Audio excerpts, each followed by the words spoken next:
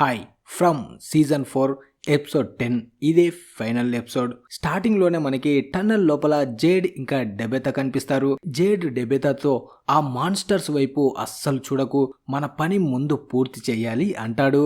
అప్పటి వరకు ఆ రాక్షసులు అక్కడ ఉన్న ప్లాస్టిక్ అడ్డుగోడను దాటి రాలేకపోతూ ఉంటారు. మరోవైపు బాయిడ్ దగ్గర ఎలాంటి ప్లాన్ బి కూడా ఉండదు.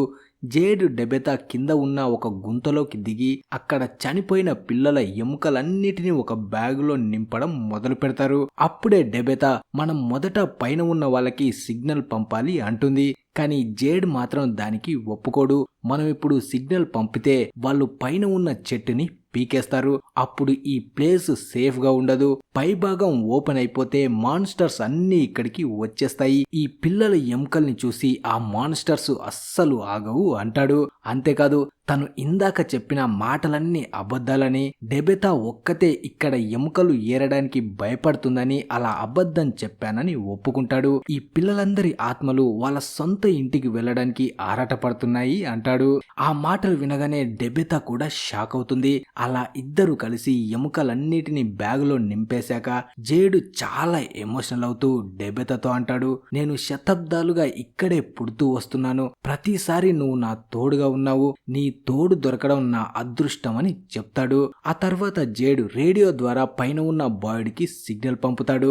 సిగ్నల్ అందగానే పైన ఉన్న బాయిడ్ ఆ చెట్టును గట్టిగా పైకి లాగడం మొదలు పెడతాడు. కింద ఉన్న ఇద్దరు రెడీగా ఉంటారు. కానీ ఆ చెట్టు పైకి లేవగానే కింద ఉన్న టన్నల్ ఓపెన్ అవుతుంది. అది ఓపెన్ అవ్వడమే ఆలస్యం. అక్కడ ఉన్న మాన్స్టర్స్ ఆ ప్లాస్టిక్ షీట్ ని చింపేసి లోపలికి దూసుకొస్తాయి.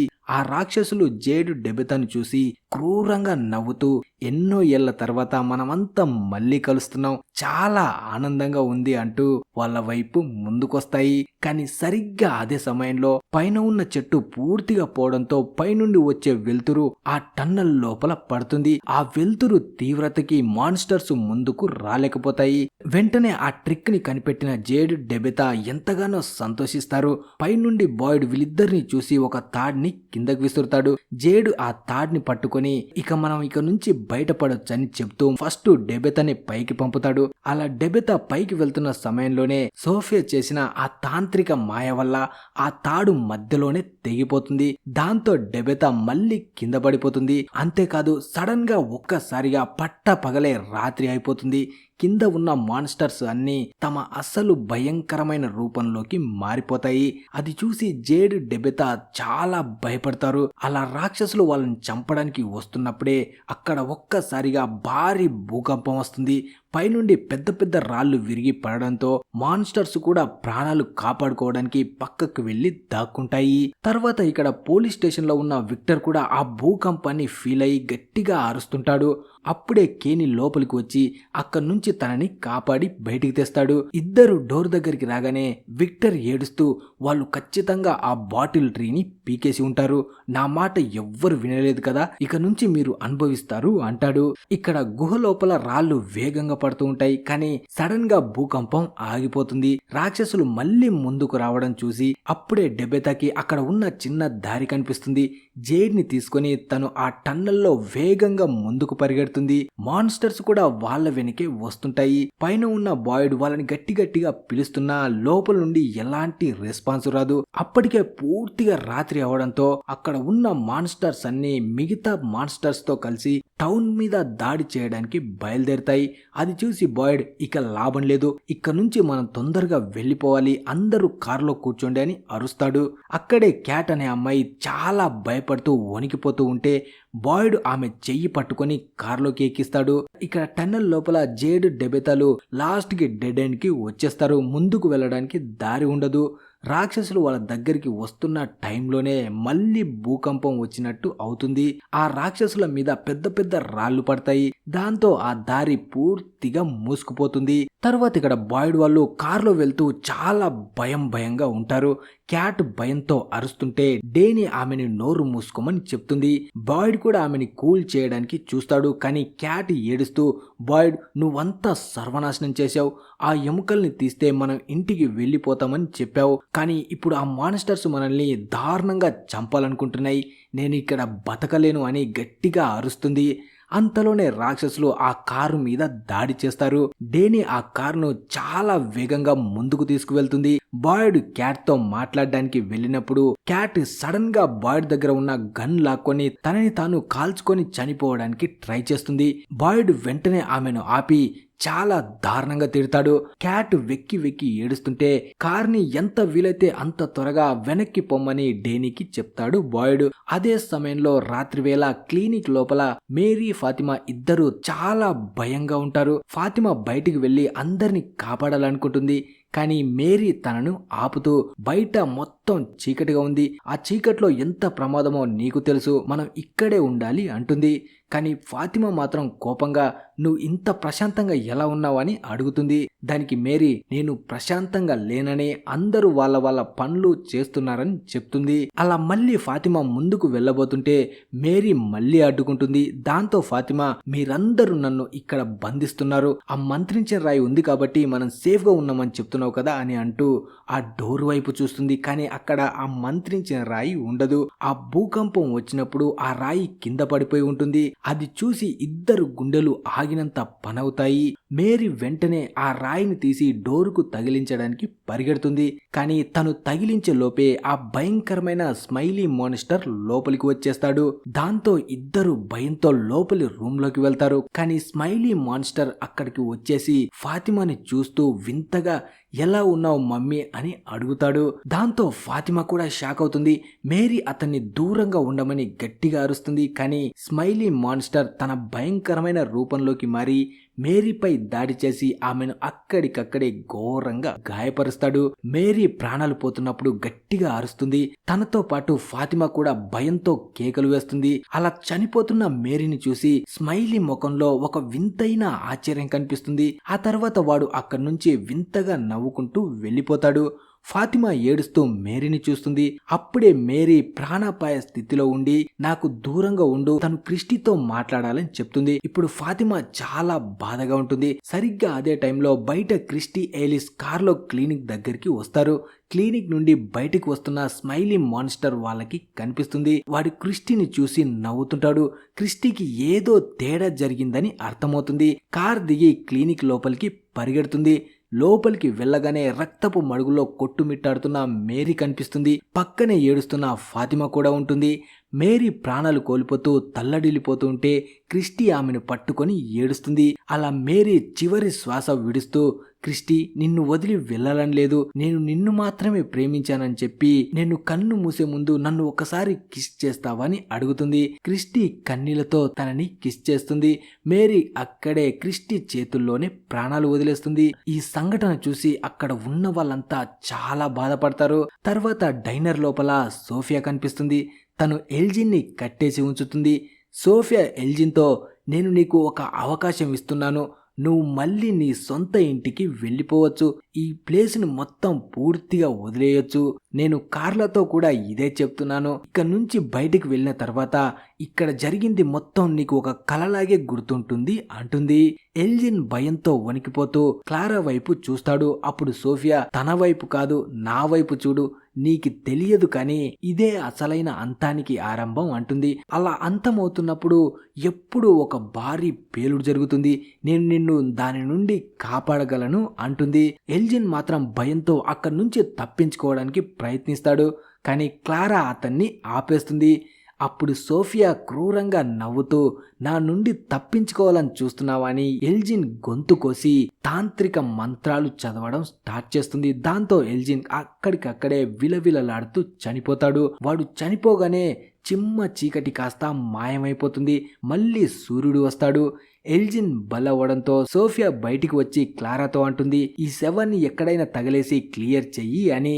అప్పుడు క్లారా ఆ తర్వాత ఏం చేయాలని అడిగితే సోఫియా మాత్రం నేను ఆల్రెడీ నిప్పు పెట్టేశాను, చాలా త్వరలో ఇక్కడ భారీ పేలుడు జరగబోతుంది అని చెప్పి అక్కడి నుంచి 40 మంత్రించిన రాళ్లను తీసుకొని వెళ్ళిపోతుంది. ఇక క్లారా ఆ శవాన్ని దాచే పనిలో ఉంటుంది. మరోవైపు భూకంపం తర్వాత కాలనీ హౌస్ లో హెన్రీ రూమ్ అంతా గందరగోళంగా ఉండడం చూస్తాడు. డోనా అక్కడికి వచ్చి హెన్రీని చూస్తుంది. అప్పుడే హెన్రీ ఇంత త్వరగా పగలు రాత్రిగా రాత్రి పగలుగా ఎలా మారుతుందని అడుగుతాడు. దానికి డోనా అవును, నేను కూడా ఇక్కడికి వచ్చాక ఇలా జరగడం ఇదే మొదటిసారి చూస్తున్నాను అంటుంది. అప్పుడు హెన్రీ అసలు ఈ ప్లేస్ నిజమేనా అని అడగడంతో డోనా అతనికి నచ్చజెప్పి నువ్వు చాలా టెన్షన్లో ఉన్నావు, పోలీస్ స్టేషన్కి వెళ్ళి విక్టర్తో మాట్లాడని చెప్తుంది. హెన్రీ దానికి ఒప్పుకుంటాడు. కానీ విక్టర్ కోసం ఆ రూమ్ని మొత్తం క్లీన్ చేయాలి అనుకుంటాడు. ఆ టైంలోనే అతనికి ఒక బాక్స్ లోపల 2 గన్ బుల్లెట్స్ దొరుకుతాయి. దాన్ని చూసిన డోనా ఒకప్పుడు విక్టర్ దగ్గర గన్ ఉండేది, దాని బుల్లెట్లే ఇవి అంటుంది. అప్పుడు హెన్రీ తన కలలో విక్టర్ చెప్పిన మాటలు గుర్తొస్తాయి. నువ్వు నీ కలను నిజం అనుకుంటే నిన్ను అక్కడ ఉంచిన వాడిని చంపడానికి నీ కలే నీకు సహాయం చేయడం స్టార్ట్ చేస్తుంది అనే మాటలు గుర్తుకు వస్తాయి. హెన్రీకి ఇప్పుడు ఇదంతా తన కల నిజమే అనిపిస్తుంది. డోనా అతన్ని విక్టర్ దగ్గరికి వెళ్ళమని చెప్పడంతో హెన్రీ మనసులోనే విక్టర్ని చంపేయాలని ఫిక్స్ అవుతాడు. ఇటు బాయ్డ్ క్లినిక్ బయట ర్యాండల్ని చూస్తాడు. అప్పుడు ర్యాండల్ టౌన్లో ఉన్న వాళ్ళు మొత్తం కాలనీ హౌస్ వైపు వెళ్లారని చెప్తాడు. బాయ్డ్కి లోపల మేరీ చనిపోయిన విషయం తెలీదు, కానీ ఏదో ఘోరం జరిగిందని గ్రహిస్తాడు. లోపల హేలిస్, ఫాతిమా ఇద్దరు ఉంటారు. ఫాతిమా ఏడుస్తూ మేరీ నన్ను కాపాడబోయి చనిపోయింది, స్మైలీ నన్ను చూసి నవ్వి వెళ్ళిపోయాడని చెప్తుంది. బాయ్డ్ లోపలికి వచ్చి ఫాతిమా సేఫ్గా ఉందా అని చూసి క్రిస్టీ ఎక్కడని అడుగుతాడు. ఏలిస్ ఆమె లోపల ఉందని చెప్తాడు. లోపల క్రిస్టీ ఇంకా మేరీ శవం పట్టుకొని ఏడుస్తూనే ఉంటుంది. బాయ్డ్ లోపలికి వెళ్లి క్రిస్టీని ఓదార్చడానికి ట్రై చేస్తాడు. క్రిస్టీ తన గుండెల్లో బాధను తట్టుకోలేక గట్టిగా ఏడుస్తుంది. మరోవైపు అడవిలో ఆ బాటిల్ ట్రీని పీకేయడం వల్ల పరిస్థితులు పూర్తిగా మారిపోతాయి. ఆ చెట్టు లోపల నుండి ఒక ఎర్రటి మెరుపు వచ్చి ఆకాశంలోని మేఘాల్లోకి వెళ్లిపోతుంది. దాంతో ఆకాశం అంతా భయంకరమైన ఎర్రటి మెరుపులతో కనిపిస్తుంది. బాయ్డ్ తో పాటు టౌన్ లోని జనాలంతా బయటికి వచ్చి ఆ వింతను చూస్తారు.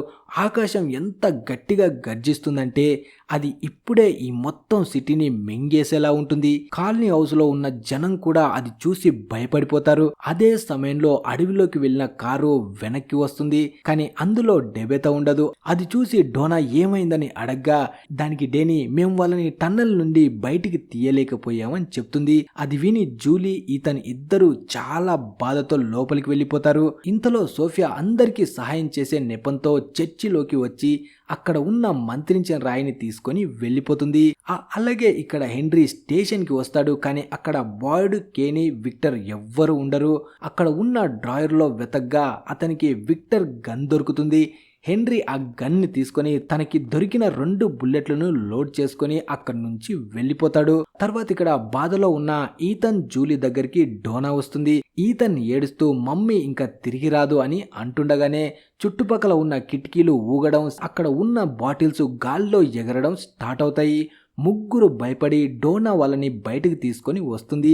ఈతన్ జూలీతో మమ్మీ ఇక రాదు, మొదట డాడీ మనల్ని వదిలేసి వెళ్ళిపోయాడు, ఇప్పుడు మమ్మీ కూడా వెళ్ళిపోయింది, రేపు నువ్వు కూడా వెళ్ళిపోతావు, ఇక్కడ అందరూ చనిపోతారు, నేను విక్టర్ లాగే ఒంటరిగా మిగిలిపోతానని ఏడుస్తాడు. కానీ జూలీ మాత్రం తనని దగ్గరికి తీసుకొని నువ్వు ఎప్పటికీ ఒంటరివి కావు, నేను నిన్ను చూసుకుంటాను, మనం ఎలా చస్తామో తెలీదు కానీ ఇద్దరం ఎప్పటికీ విడిపోమని ఓదరుస్తుంది. దాంతో ఈతన్ నార్మల్ అవుతాడు. అదే సమయంలో కేనీ, బాయ్డ్ స్టేషన్ కు వస్తారు. కేనీ అంతా తప్పుగా జరుగుతుంది అంటుంటే బాయ్డ్ మాత్రం విక్టర్ చెప్పింది నిజం, మనం ఆ చెట్టుని పీకేసి పెద్ద తప్పు చేశామని బాధపడతాడు. అంతలోనే డేనీ, సారా రేడియోని తీసుకొని వస్తారు. డేనీ బాయ్డ్ తో బాయ్డ్ మనం ఆ ఎముకలను తీసుకురావడానికి మళ్ళీ వెళ్ళాలి, ఆ ఎముకల వల్లే మనం ఇంటికి వెళ్ళగలమని చెప్పావు కదా, మాకు సహాయం చెయ్యి అని అడుగుతుంది. కానీ బాయ్డ్ మాత్రం ఆ ఎముకలు దొరికినా వాటిని ఎలా వాడాలో మనకి తెలీదు, ఆ విషయం కేవలం జేడ్ డెబెతాలకి తెలుసు, బహుశా వాళ్ళు చనిపోయి ఉండొచ్చు, ఈ ఊరు మనల్ని ఇలాగే చక్రంలా తిప్పుతోంది అని నిరాశపడతాడు. అప్పుడే కేనీ నువ్వు చనిపోయారని ఎలా అంటావు, వాళ్ళు టన్నల్ లోపల బతికే ఉండొచ్చు అంటే బాయ్డ్ మాత్రం దానికి అస్సలే ఛాన్స్ లేదు, ఇప్పుడే సూర్యుడు మాయమైపోవడం, ఎర్రగా మెరుపులు రావడం చూసాం కదా, అలాగే ఈరోజు మన వాళ్ళు ముగ్గురు చనిపోయారని చెప్తాడు. కానీ సరిగ్గా అప్పుడే సారా ఆ రేడియో మోగడం గమనిస్తుంది. అందరూ వచ్చి సిగ్నల్ ని చెక్ చేసి డీకోడ్ చేస్తే జేడ్, డెబెతా ఇద్దరు టన్నుల లోపల బతికే ఉన్నారని, వాళ్ళే రేడియో ద్వారా మెసేజ్ పంపుతున్నారని తెలుస్తుంది. కానీ అంతలోనే టన్నల్ లోపల ఉన్న రేడియో ఆగిపోవడంతో జేడ్, డెబెతా ఇద్దరు చాలా బాధపడతారు.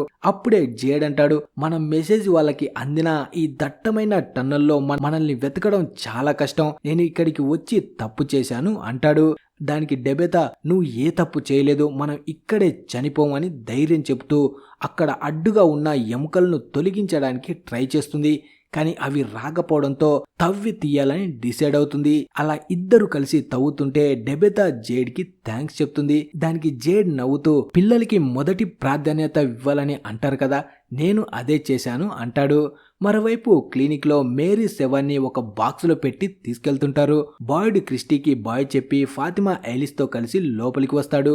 బాయిడ్ వాళ్ళతో మనకు జేడ్ డెబెతాల రేడియో సిగ్నల్ దొరికింది, వాళ్ళు టన్నల్ లోపల బతికే ఉన్నారు, నేను అక్కడికి వెళ్తున్నానని చెప్తాడు. అప్పుడు ఐలిస్ తను కూడా వస్తాను అంటే బాయిడ్ వద్దంటాడు. కానీ ఐలిస్ మాత్రం డాడ్, వాళ్ళు ఒకవేళ గాయపడి ఉంటే నువ్వు ఒక్కడి వాళ్ళని తీసుకురాలేవు, పైగా ఈ సిగ్నల్స్ మాన్స్టర్స్ మనల్ని కన్ఫ్యూజ్ చేయడానికి పంపినవి కూడా అవ్వచ్చు కదా అంటాడు. ఫాతిమా కూడా అవును, అందుకే నేను కూడా వస్తాను, ఆ మాన్స్టర్స్ చుట్టుపక్కల ఉంటే నేను ఫీల్ అవ్వగలను, క్లినిక్ కి వచ్చేటప్పుడు కూడా నేను గ్రహించాను, నేను మీకు హెల్ప్ చేయగలను అంటుంది. దాంతో బాయిడ్ కూడా వాళ్ళని తీసుకువెళ్ళడానికి ఒప్పుకుంటాడు. తర్వాత ఒక ఖాళీ ఇంట్లో ఉన్న హెన్రీ దగ్గరికి విక్టర్ వస్తాడు. విక్టర్, డాడీ, ఈ రోజు చాలా వింత వింత విషయాలు జరిగాయి, ఇంతకు ముందెప్పుడు ఇలా అవ్వలేదు, నువ్వు ఇక్కడ ఒక్కడివే ఏం చేస్తున్నావు అని అడుగుతాడు. దానికి హెన్రీ, నేను ఏదో ఆలోచిస్తున్నాను అంటాడు. అప్పుడు విక్టర్ ఎమోషనల్ అవుతూ, నేను ఏమైనా తప్పు చేశానా, నువ్వు మొదట ఇక్కడికి వచ్చినప్పుడు చాలా హ్యాపీగా ఉన్నావు, మనమిద్దరం కలిసి సంతోషంగా ఉంటాము అనుకున్నాను. అలా విక్టర్ మాట్లాడుతూ ఉన్నప్పుడే హెన్రీ మనసులో కలలు ఇంకా పెరిగిపోతాయి. నువ్వే నా నిజమైన విక్టర్వి, నిన్ను ఇక్కడ నుండి బయటపడేస్తాను, అక్కడ నీ కొడుకు కూడా ఉన్నాడు, నువ్వు చాలా సంతోషంగా ఉంటావు అని అంటూ విక్టర్ ని చంపడానికి గన్ గురి పెడతాడు. విక్టర్ భయపడుతూ, డాడ్, ఇక్కడ ఉన్న శక్తులు నీతో అబద్ధం చెప్తున్నాయి అంటాడు. సరిగ్గా అదే సమయానికి అక్కడికి ఈతన్ వస్తాడు. హెన్రీ గన్ను ఈతన్ వైపు తిప్పగా విక్టర్ వెంటనే హెన్రీ చేతిలోని గన్ని కిందకి నెట్టేసి, డాడ్, నువ్వు ఇలా చేయలేవు, నన్ను చూసుకుంటానని చెప్పి దానికి విరుద్ధంగా నువ్వు చంపాలని చూస్తున్నావు అని అరుస్తాడు. హెన్రీ మాత్రం అక్కడే షాక్ లో ఉండిపోతాడు. తర్వాత ఇక్కడ బాయిడ్, ఐలిస్, ఫాతిమా ముగ్గురు టన్నల్ ఎంట్రన్స్ దగ్గరికి వస్తారు. ఇప్పుడు ఏం చేయాలని అడిగితే ఫాతిమా అంటుంది, ఇదంతా ఎలా వర్క్ అవుతుందో నాకు తెలీదు, కానీ మనం లోపలికి వెళ్లి అలర్ట్ గా ఉండాలని చెప్తుంది. అప్పుడు బాయిడ్ సరేనని, ఒకవేళ లోపల ఏదైనా తేడా వస్తే మీరిద్దరు మొదట వెనక్కి పరిగెత్తాలని, తనతో వాదించకూడదని ప్రామిస్ చేయించుకుంటాడు. అలా ముగ్గురు లోపలికి వెళ్తారు. లోపల డెబెతా, జేడ్ ఎముకలను తవ్వుతుంటారు. అలా తవ్వుతున్నప్పుడే జేడ్ చేతులు పూర్తిగా కందిపోతాయి. అప్పుడే వాళ్ళు ఆ పిల్లల ఎముకలను స్క్రాప్ చేయాలని డిసైడ్ అవుతారు. ఇటు బాయిడ్ వాళ్ళు ముందుకు వెళ్తూ ఉంటే ఫాతిమా వాళ్ళని ఆపి మాన్స్టర్స్ వస్తున్నట్టు ఫీల్ అవుతున్నాను అంటుంది. రాక్షసులు అక్కడ సౌండ్ చేస్తున్న శబ్దాలు వస్తుంటాయి, కానీ కొద్దిసేపటికే వాళ్ళు ప్రశాంతంగా ఉన్నారని ఫాతిమా చెప్పడంతో మళ్ళీ ముగ్గురు ముందుకు వెళ్తారు. జేడ్, డెబెతా ఇద్దరు ఎముకల్ని క్లియర్ చేస్తున్నప్పుడు జేడ్కి ఒక విషయం అర్థమవుతుంది. ఇవి కూడా గతంలో ఇక్కడే ఉన్న పిల్లల ఎముకలని గ్రహిస్తాడు. జేడ్ ఒక ఎముక సహాయంతో దారిని తయారు చేస్తాడు. డెబితాకి కూడా అక్కడ ఒక అమ్మాయి పుర్రె కనిపిస్తుంది. అది చూడగానే ఆమెకు పాత జ్ఞాపకాలు గుర్తుకు వస్తాయి. తన కలలో ఎప్పుడు ఈ అమ్మాయి కనిపించేదని డెబితా గుర్తుకు చేసుకుంటుంది. దాంతో వాళ్ళు ఇప్పుడు ఎక్కడ ఉన్నారో తనకి క్లారిటీ వచ్చి జేడ్ ని తీసుకొని ముందుకు వెళ్తుంది. జేడ్, డెబితా ఆ ఎముకల అడ్డుగోడను తొలగించడానికి ట్రై చేస్తుంటే ఏ మాత్రం కదలవు. సరిగ్గా అదే సమయానికి బాయిడ్ వాళ్ళు అక్కడికి వచ్చేస్తారు. వాళ్ళని చూసి జేడ్, డెబితా చాలా సంతోషిస్తారు. కానీ ఫాతిమా తొందరగా ఇక్కడ నుంచి వెళ్ళాలి, మాన్స్టర్స్ ఇక్కడికి రాబోతున్నాయి అంటుంది. అందరూ కలిసి ఆ జరపడానికి ట్రై చేసినా అవి అస్సలు కదలవు. దాంతో బాయిడ్ తన గన్ తీసి ఆ ఎముకల మీద షూట్ చేసి వాటిని ముక్కలు ముక్కలు చేస్తాడు. ఆ దారి నుండి ఎముకల బ్యాగును తీసుకొని అందరూ బయటపడతారు. కానీ అంతలోనే రాక్షసులు అక్కడికి వచ్చేస్తాయి. ఫాతిమా అందరితో అంటుంది, మాన్స్టర్స్ వచ్చేసాయి, మీరందరూ ఇక్కడ నుంచి వెళ్ళిపోండి, నేను వీటిని ఆపగలను, నన్ను గుర్తుంచుకోండి అని చెప్తుంది. అలా తనను వదిలేయడం ఇష్టం లేక అందరూ బాధపడుతున్నప్పుడే మాన్స్టర్స్ ముందుకు వస్తాయి. అప్పుడు ఫాతిమా ఒక్కసారిగా భయంకరమైన మాన్స్టర్ రూపంలోకి మారిపోయి ఆ రాక్షసుల ముందు నిలబడి చాలా గట్టిగా అరుస్తుంది. బాయిడ్ వెంటనే ఐలిస్ ని పట్టుకొని నలుగురు కలిసి ఆ పిల్లల ఎముకలతో టన్నల్ నుండి బయటపడతారు. ఫాతిమా ఒంటరిగానే ఆ రాక్షసులతో పోరాడుతూ వాటిని అక్కడే ఆపేస్తుంది. తర్వాత అడవిలో సోఫియా ఆ వైట్ బాయ్ తో కలిసి నడుస్తూ ఉంటుంది. సోఫియా అతన్ని చూసి, నువ్వు చాలా పెద్దవాడివైపోయావు అంటుంది. అప్పుడే ఆ వైట్ బాయ్, వాళ్ళ దగ్గర ఇప్పుడు ఆ ఎముకలు ఉన్నాయి కాబట్టి ఈసారి నువ్వు ఓడిపోతావు అంటాడు. కానీ సోఫియా మాత్రం క్రూరంగా నవ్వుతూ వాళ్ళు బాటిల్ ట్రీని ఆల్రెడీ పీకేశారు, నా పనిని నేను ఎప్పుడు పర్ఫెక్ట్ గా చేస్తాను అని అక్కడ ఉన్న ట్రీ లోపలికి ఇంతకు ముందు తను తీసుకువచ్చిన మొత్తం మంత్రించిన రాళ్ళని విసిరేయడం స్టార్ట్ చేస్తుంది. అలా ఈ ఎపిసోడ్ ముగుస్తుంది. సీజన్ 4 ఈ ఎపిసోడ్ తో పూర్తయింది. ఇప్పటి వరకు ఈ సీజన్ మీకు ఎలా అనిపించింది, నా ఎక్స్ప్లెయిన్ ఎలా అనిపించింది అనేది తప్పకుండా వీడియో కింద కామెంట్ చేయండి. అలాగే వీడియో నచ్చితే లైక్, షేర్, సబ్స్క్రైబ్ తప్పకుండా చేయండి. Thanks for watching.